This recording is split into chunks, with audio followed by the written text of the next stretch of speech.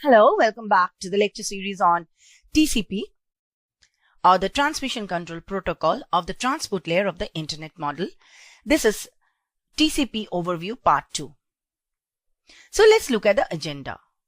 We are going to learn about the flow control and error control of TCP, along with the congestion control policies of TCP. So what is flow control? Flow control basically uses the sliding window protocol. Flow control means the receiver should not be overwhelmed with data from sender. For that purpose, the sliding window protocol is used. To recall, we have learned about the sliding window protocol when we studied about the data link layer in a separate video, but sliding window protocol of TCP is slightly different. There is a receiver window which is called RWNT, and there is a congestion window which is called CWNT. So basically, flow control takes place with the help of this receiver window and the congestion window. Let us now look into the features of sliding window. The size of the window should be lesser of the values in RWNT and CWNT. When you are sending something, the source may not send the full window's data that is available. The window may be opened or closed by the receiver, but it should never be shrunk. The meaning of open, close, and shrinking will be discussed later on. Now, the destination can send an acknowledgement at any time, but it should not result in shrinking the window. This is a very important point. The receiver is able to shut down temporarily, but it can send 1 byte after that. So this is allowable. So let us look at it with the help of this diagram. Let's say we have the sending application. This is at the application layer. The sending application sends the application process with the help of the socket, which is the interface between the application layer and the TCP layer. So here we have the data. The window should be such that, see here at this point, this is the point where the last byte may be written by the, let's say this is the client side. So this is the last byte which should be written. This point you see here, the last byte that is sent, and this is the point where the last byte that is acknowledged. At the receiver side, again we have the application layer, and this is, let's say we have the server application running here.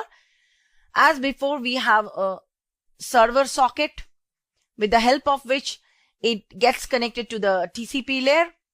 And at this point, we have the last byte that can be read, and this is the next byte that is expected, and this is the last byte that is received. Let us understand this with the help of a problem.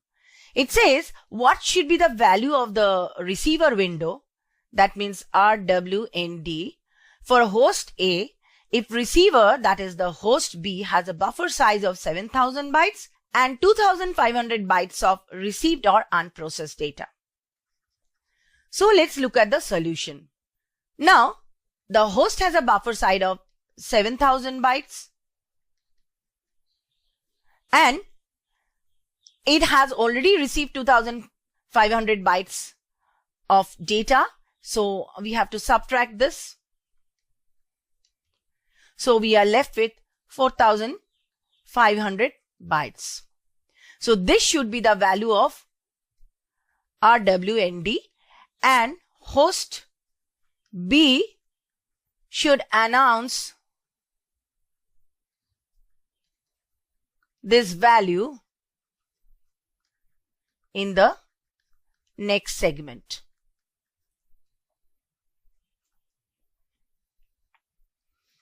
Let us understand flow control with the help of another problem. It says, what should be the size of the window for host A if the value of RWND is 3000 bytes? RWND means the receiver window, and CWND is 3500 bytes. CWND is the congestion window. So solution is, you have to take the lesser of the two values. Here CWND is equal to 3500 bytes and RWND is equal to 3000 bytes. So the lesser of the two values is RWND. So this should be the size of window for host A.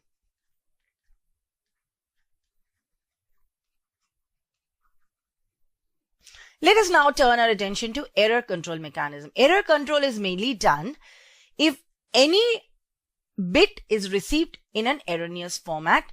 So proper measures should be taken. So error control mechanism is very strong for TCP. So error control mainly uses the protocol that is used. It is called checksum. It uses 16-bit checksum. The mathematical formulation of checksum is given in a previous video when we learned about the error detection and correction techniques. Now, acknowledgement is a packet that should be sent by the other party in order that the sender knows that this data packet has been received by the other party properly. So acknowledgement is another form of error control mechanism. Retransmission is basically done when there is a timeout and still the acknowledgement for the particular data segment has not been received. There are some out of order delivery of data packets. These are kept into the buffer and later on they are basically used for retransmission and then they are set into the proper place. Let's look at the congestion control. Congestion control can be of two types. One is called the open loop congestion control and the other one is the closed loop congestion control.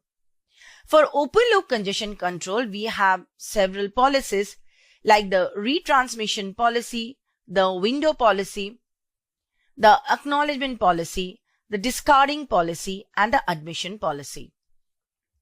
On the other hand, closed loop congestion control uses back pressure policy, choke packet policy, implicit signaling technique, and explicit signaling technique. Open loop is mainly done to prevent congestion in a particular path between, let's say, host A and host B. On the other hand, closed loop congestion control is done to remove any congestion between the two parties. To summarize in this video, we have learned about the flow control mechanism of TCP. We have learned the error control mechanism of TCP and we have touched upon congestion control. We looked into congestion control technique as two different categories like closed congestion control and open congestion control. Thank you.